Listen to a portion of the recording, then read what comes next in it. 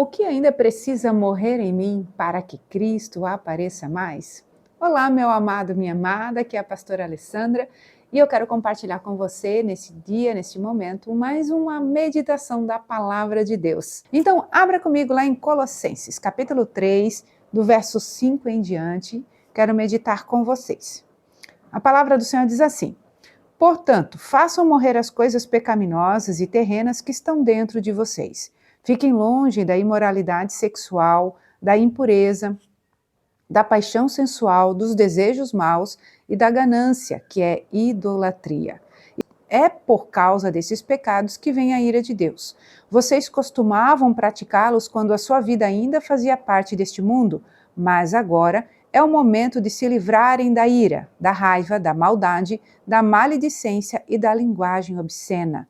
Não mintam uns aos outros, pois vocês se despiram de sua antiga natureza e de todas as práticas perversas. Revistam-se da nova natureza e sejam renovados à medida que aprendem a conhecer o seu Criador e se tornam semelhante a Ele. Nessa nova vida, não importa se você é judeu ou gentil, se é circuncidado ou incircuncidado, se é inculto ou incivilizado, se é escravo ou livre, Cristo é tudo que importa e Ele vive em todos. Então, meus amados, vamos pensar juntos aqui, né? O apóstolo Paulo, ele chega já dando um ultimato. Portanto, façam morrer. O que as escrituras querem nos ensinar com isso? Que não dá para negociar uma vida cristã. Não dá para ser filho de Deus, viver servindo a Deus e ainda tendo um pezinho nas coisas desta vida, do mundo, né? E quando a gente fala do mundo, a gente fala das práticas mundanas, daquilo que nós somos orientados pela palavra a abrirmos mão. E amados, entendamos, quando você aceita Jesus como seu Senhor e seu Salvador, você o recebe, a velha natureza, ela continua dentro de você. A diferença agora é que você tem o Espírito Santo habitando em você, que te dá força, capacidade para não ceder às tentações. Então isso precisa ser uma coisa bem clara, né? Porque às vezes nós achamos que servir a Cristo, nós só vamos estar realmente servindo a Cristo quando nós não tivermos mais nenhum resquício do pecado ou da natureza pecaminosa. Não é assim que funciona. Na realidade, infelizmente, a natureza pecaminosa vai ficar dentro de nós até o dia que nós partirmos. A diferença é que agora nós não lutamos sozinhos, agora nós temos um Salvador, o Espírito Santo de Deus que habita em nós, que nos convence do pecado, do juízo e da justiça de Deus. E se eu me permito ser convencida, eu não preciso mais ceder à tentação. Por isso que o apóstolo Paulo disse, façam morrer. Por quê? Porque agora a responsabilidade está nas mãos de vocês. Agora é possível fazer morrer. Antes não era, mas agora é possível. E façam morrer as coisas pecaminosas e terrenas que está dentro de você. Então, quanto mais eu caminho com o Senhor, o meu alvo é viver uma vida de santidade em Deus. Então, eu posso sim, em Cristo, alcançar esse objetivo. E aí ele vai nos dando aqui os passos. Fiquem longe da imoralidade sexual, da impureza, da paixão sensual, dos desejos maus e da ganância, que é a idolatria. Ou seja, isso era uma prática que antes sem Cristo poderia ser considerada comum. Todo mundo faz, eu também faço. Mas a partir de agora, em Cristo, eu posso fazer esses desejos morrer. E aí ele continua, é por causa desses pecados que vem a ira de Deus. Uau! Né? Tá mais claro impossível, amados. Quer dizer que se eu não quero atrair a ira de Deus, eu preciso fazer morrer todas as atitudes pecaminosas que é original de uma vida terrena, uma vida mundana, uma vida sem Cristo.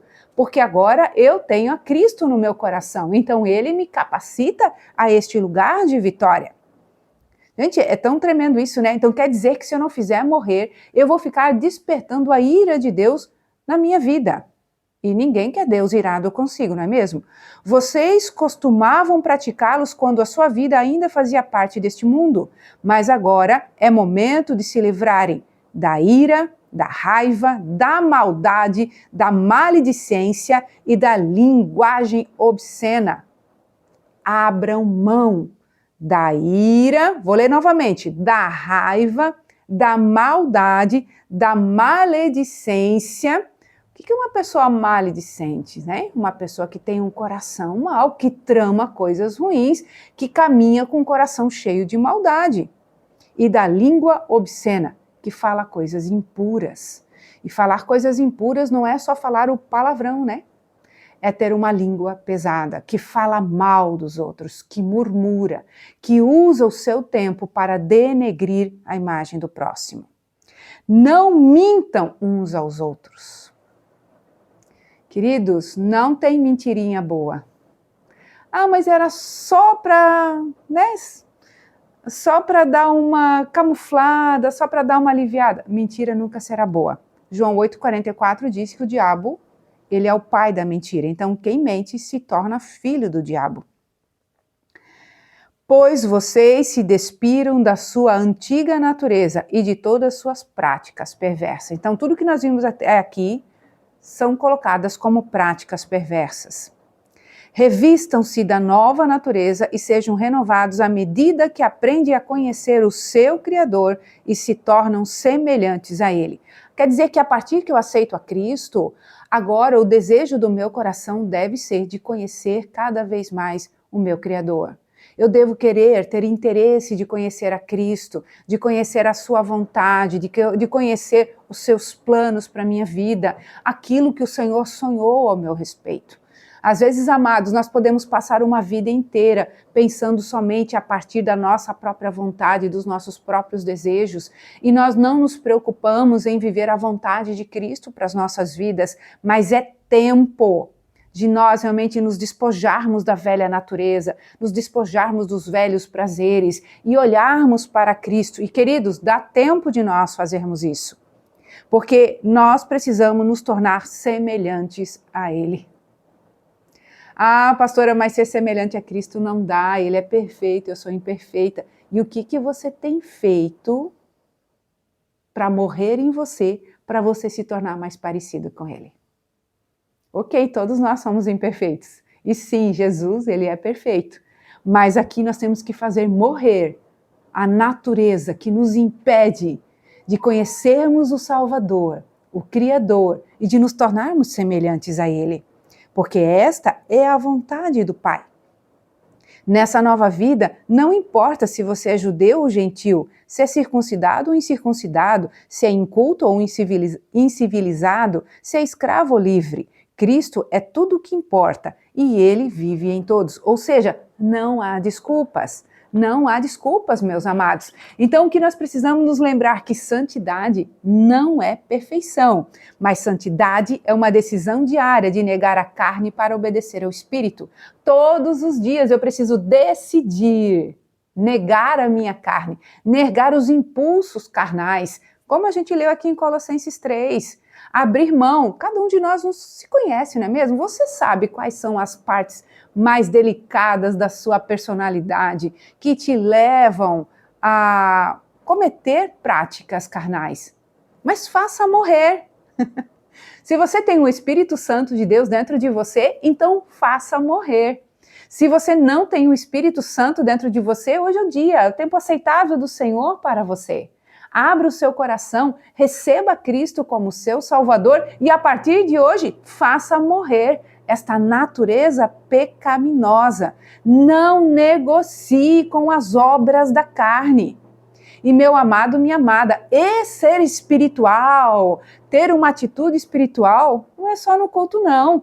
Também é a forma como nós tratamos uns aos outros. E quando nós olhamos para a ira, para a maldade, para a raiva, para a maledicência, é aquilo que eu pratico com o meu próximo. Não adianta eu estar bonitinho no culto de domingo, se durante a semana eu tenho atitudes que não glorificam a Deus, que não me fazem ser semelhantes a Ele. Então, espiritualidade, na verdade, ela é vivida no dia a dia. Todos os dias eu preciso viver isso, porque santidade não é aparência religiosa, é permitir que Cristo transforme quem nós somos de dentro para fora. é uma decisão. Então, decida morrer para tudo aquilo que te impede de se tornar parecido com Cristo. Faça morrer toda obra carnal, tudo aquilo que você percebe que é uma herança que não glorifica Deus. E como é que eu sei disso? Pelo fruto que eu dou com o meu próximo. Não se engane, não se engane. Aquilo que eu faço com o meu próximo é de fato aquilo que eu estou produzindo em Cristo. Por quê? Porque santidade não é aparência religiosa. Você pode estar muito bonitinho, servindo a Deus no domingo, mas o teu dia vai fazer a diferença. Então eu quero te convidar, meu amado, minha amada, a fazer uma autorreflexão. A Bíblia nos diz lá em 1 Coríntios capítulo 11, verso 28, examine-se, pois, o homem a si mesmo.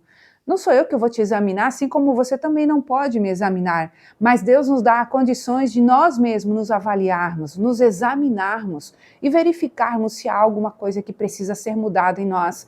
E se há algo para ser mudado em nós, não perca tempo. Faça morrer tudo aquilo que te impede de ser parecido com Cristo, porque a natureza aguarda com grande expectativa a manifestação dos filhos maduros de Deus. Que Deus te abençoe grandemente nesse dia e que esta palavra possa trazer ao seu coração toda a mexida necessária, porque o Senhor conta contigo, assim como conta comigo, para fazermos a diferença nessa geração. Deus te abençoe grandemente e até o próximo momento onde meditaremos juntos com a palavra de Deus.